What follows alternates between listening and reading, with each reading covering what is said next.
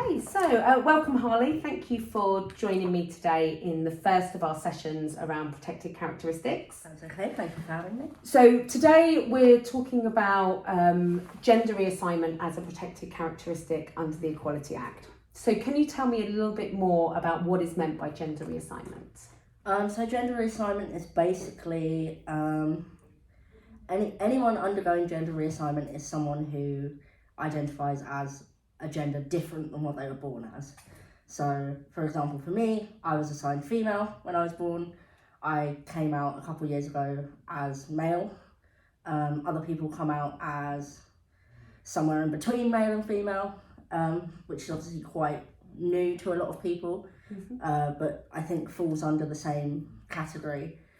And it's not necessarily like you've had surgery or you're on hormones or anything. Like, it can just be that social aspect of I am this, or I'm presenting this way, that falls under that kind of umbrella.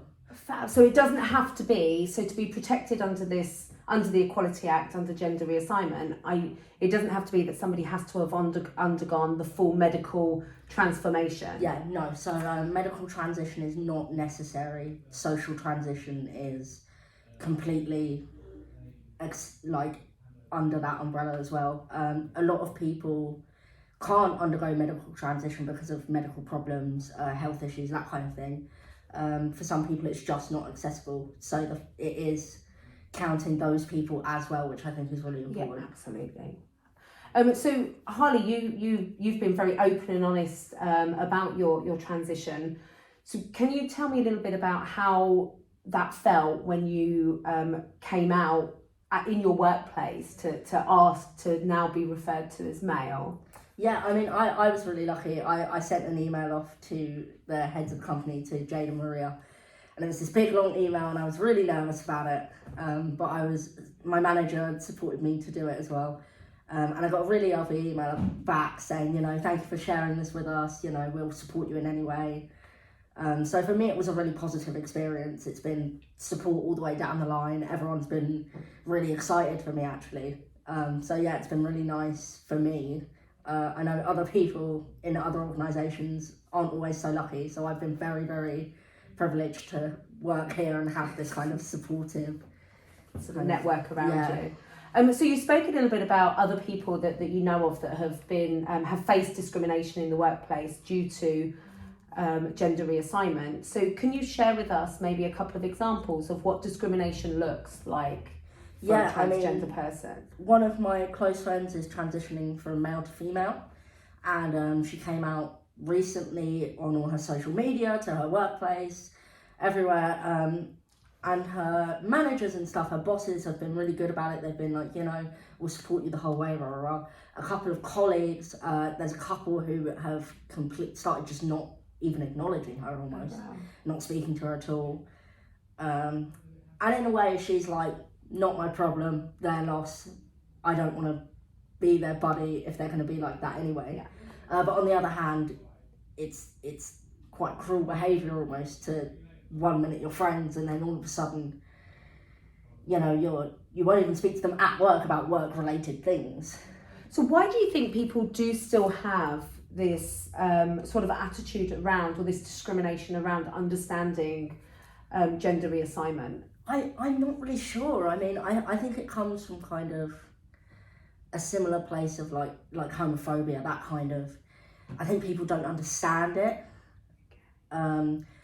I will say I think it's a lot worse regarding trans women versus trans men. So even if I am seen as female, I'm then not viewed as a threat, particularly. Mm-hmm. Whereas when people see trans women as men in dresses, they see men are a threat. That kind of... So there's a lot more discrimination. It's quite an intersectional problem of like, there's some homophobia in there, there's some sexism in there, there's a lot that goes into the kind of issue, and it's hard to kind of tease it apart and see where the problem is, but I think it does come from a lack of understanding.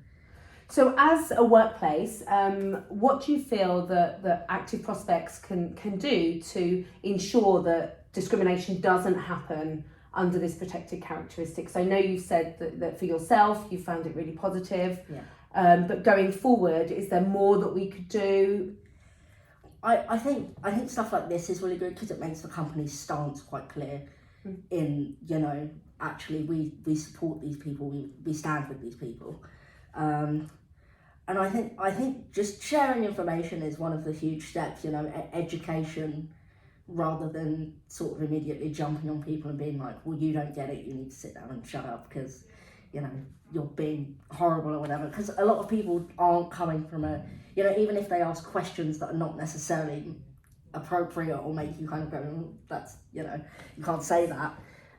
It's usually not coming from a place of bad faith. It's normally coming from a place of, I don't understand and I want to, has been my experience. So I think sharing information is the top one, and creating a culture of like it actually being okay to talk about it and to ask questions, because it's almost a little bit taboo. Like whenever people ask me questions, there's always a kind of sorry, you know. Do you mind? Do you mind? And I'm like, some people do mind, and they will say, actually, can you just Google it?